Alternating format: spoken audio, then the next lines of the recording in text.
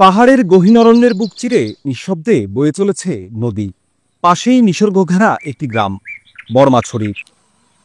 দুর্গম এই গ্রামটি গড়ে উঠেছে খাগড়াছড়ি জেলার লক্ষ্মীছড়ি, রাঙামাটির কাউখালী এবং চট্টগ্রামের ফটিকছড়ি উপজেলার অংশ নিয়ে।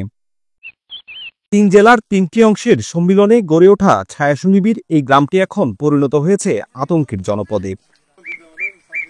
সেনাবাহিনীর একটি অস্থায়ী ক্যাম্প স্থাপনকে ঘিরে এখান থেকে নতুন করে আবার উত্তেজনা ছড়াচ্ছে পাহাড়ে। আজ আমরা অনুসন্ধান করব এর নেপথ্য কারণ। খাগড়াছড়ির গুইমারা উপজেলার রামসুবাজার এখনও বয়ে বেড়াচ্ছে দগদগে ক্ষত। আজ থেকে ঠিক এক মাস আগে এই রামসুবাজারে সশস্ত্র সন্ত্রাসীদের বুলেটে প্রাণ হারিয়েছে তিনজন পাহাড়ি তরুণ। আন্তঃবাহিনী জনসংযোগ পরিদপ্তর আইএসপিআর জানায়, বর্মাছড়ি এলাকা থেকেই গুইমারার রামসুবাজারে সংগঠিত হত্যাকাণ্ডের পরিকল্পনা করা হয়েছিল। গেল ২৮ সেপ্টেম্বর বর্মাছড়ি এলাকার বিভিন্ন পাড়া থেকে গুইমারার রামসুবাজারে এসে সেনাবাহিনী এবং সাধারণ জনগণের উপর গুলি চালিয়েছিল আঞ্চলিক সংগঠনের সন্ত্রাসীরা। সরাসরি আমাদের উপর গুলি করেছে। আর সেই হত্যাকাণ্ডের পর সেনাবাহিনী পরিকল্পনা নেয় পাহাড়ে দীর্ঘমেয়াদী অভিযান পরিচালনার। যেসব দুর্গম পাহাড়ি এলাকায় স্থায়ী সেনা ক্যাম্প নেই, সেসব অরক্ষিত এলাকায় শুরু হয় অভিযান।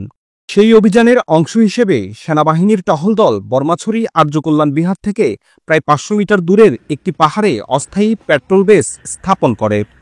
সেনাবাহিনীর উপস্থিতি ও অভিযানের ফলে সশস্ত্র সন্ত্রাসীরা ওই পাহাড় থেকে দ্রুত সরে গিয়ে দুর্গম কালাপাহাড় এলাকায় এবং পার্শ্ববর্তী চট্টগ্রামের ফটিকছড়ি অংশের একটি দুর্গম পাহাড়ে অবস্থান নেয়। এদিকে গেল শুক্রবার সকালে শিশু কিশোর সহ সহস্রাধিক পাহাড়ি নারী পুরুষকে জড়ো করা হয় নির্মাণাধীন অস্থায়ী সেনা ক্যাম্পের চারপাশে। ধর্মীয় অনুভূতিকে উস্কে দিয়ে ছড়ানো হয় উত্তেজনা, দেওয়া হয় দেশবিরোধী স্লোগান। অভিযোগ তোলা হয়, বর্মাছড়ি আর্যকল্যাণ বিহারের জমি দখল করে ক্যাম্প নির্মাণ করছে সেনাবাহিনী।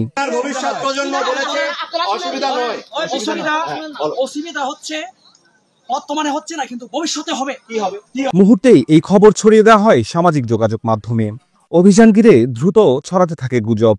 সেনা উপস্থিতিকে রূপ দেওয়া হয় ধর্মীয় অবমাননার ইস্যুতে। তবে অস্থায়ী পেট্রোল বেস স্থাপন করা ভূমি বিহারের বলে দাবি করা হলেও বিহার কর্তৃপক্ষ দেখাতে পারেনি কোনো দলিল দস্তাবেজ। আর অনুসন্ধান বলছে এটি বন বিভাগের হাটহাজারী রেঞ্জের একটি সংরক্ষিত বনাঞ্চলের ভূমি। মাত্র ৩০% টাকায় জমির মালিক হয়ে নতুন বাংলাদেশের গড়ে তোলার স্বপ্ন দেখা বাংলা বসতি। আমাদের যে জায়গাটার কথা বলতেছেন, এই জায়গাটা হচ্ছে জঙ্গলখিরাম। জঙ্গলখিরামের ওটা আপনার ৬২২ নম্বর যে জায়গার কথা বলতেছেন, সেই জায়গাটা রিজার্ভ ফরেস্ট, যেটা আমাদের ডকুমেন্টসে এবং কাগজ এবং পেপারসে দেখা যাচ্ছে, যেটা বন বিভাগের রিজার্ভ ফরেস্ট। বন বিভাগ থেকে আমাদেরকে বলা হয়েছে যে উক্ত জায়গাটি হচ্ছে বন বিভাগের। আমরা ফার্দার কাগজপত্র দেখব এবং অন্যান্য ওখানে অন্য কারো জায়গা আছে কিনা বিস্তারিত দেখে পরিমাপ করে এরপর পরবর্তী প্রয়োজনীয় ব্যবস্থা গ্রহণ করব। এদিকে স্থানীয়রা বিতর্কিত ভূমির দলিল দস্তাবেজ দেখাতে না পারলেও তারা চায় না ওই এলাকায় কোনো সেনা ক্যাম্প থাকুক। সেনা ক্যাম্প সরিয়ে নেওয়ার দাবি তুলেছেন স্থানীয় জনপ্রতিনিধিরাও। এখানে যেহেতু এলাকাবাসীরা চাচ্ছে না, ক্যাম্প চাচ্ছে না, সুতরাং আমি আপনাদেরকে অনুরোধ রাখবো, ভবিষ্যতে যদি এরকম কার্যক্রম হাতে নেওয়া হয়, অন্তত এলাকাবাসী যারা আছেন, আপনি যার জায়গায় গিয়ে আপনারা ক্যাম্প বা অস্থায়ী কোনো কার্যক্রম করতে চান, একটু প্লিজ স্যার দয়া করে ওনাকে একটু বলে, যাতে আমাদের মধ্যে যে সম্পর্কটা আছে এটা যাতে অটুট থাকে। সার্বিক পরিস্থিতি বিবেচনায় দাঙ্গা এড়াতে বর্মাছড়িতে স্থাপন করা অস্থায়ী পেট্রোল বেস অন্য স্থানে সরিয়ে নেওয়ার সিদ্ধান্ত নিয়েছে সেনাবাহিনী। একই সাথে পার্বত্য অঞ্চলে আরও কঠোর সেনা অভিযানের পরিকল্পনাও হাতে নেওয়া হয়েছে।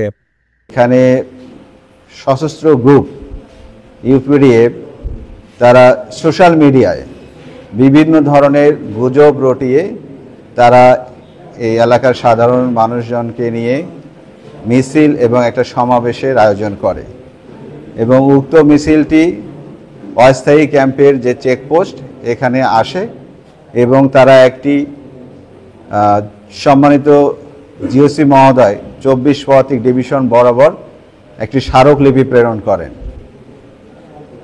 এই স্মারকলিপিতে তাদের যে সমস্যাদি, তাদের যে উদ্বেগ তারা প্রকাশ করেছেন এবং আমাদের এই সম্মানিত জিওসি মহোদয় ২৪ পদাতিক ডিভিশন তাদের এই স্মারকলিপি সুবিবেচনায় নিয়েছেন এবং সে অনুযায়ী আমাদেরকে দিক নির্দেশনা দিয়েছেন।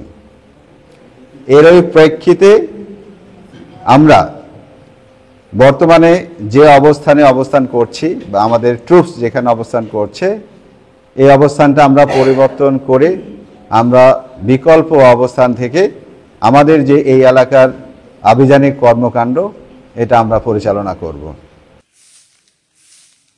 তবে অস্থায়ী সেনা ক্যাম্প সরিয়ে নেওয়ার সিদ্ধান্ত হলেও বড় ধরনের নাশকতার আশঙ্কা রয়েই গেছে।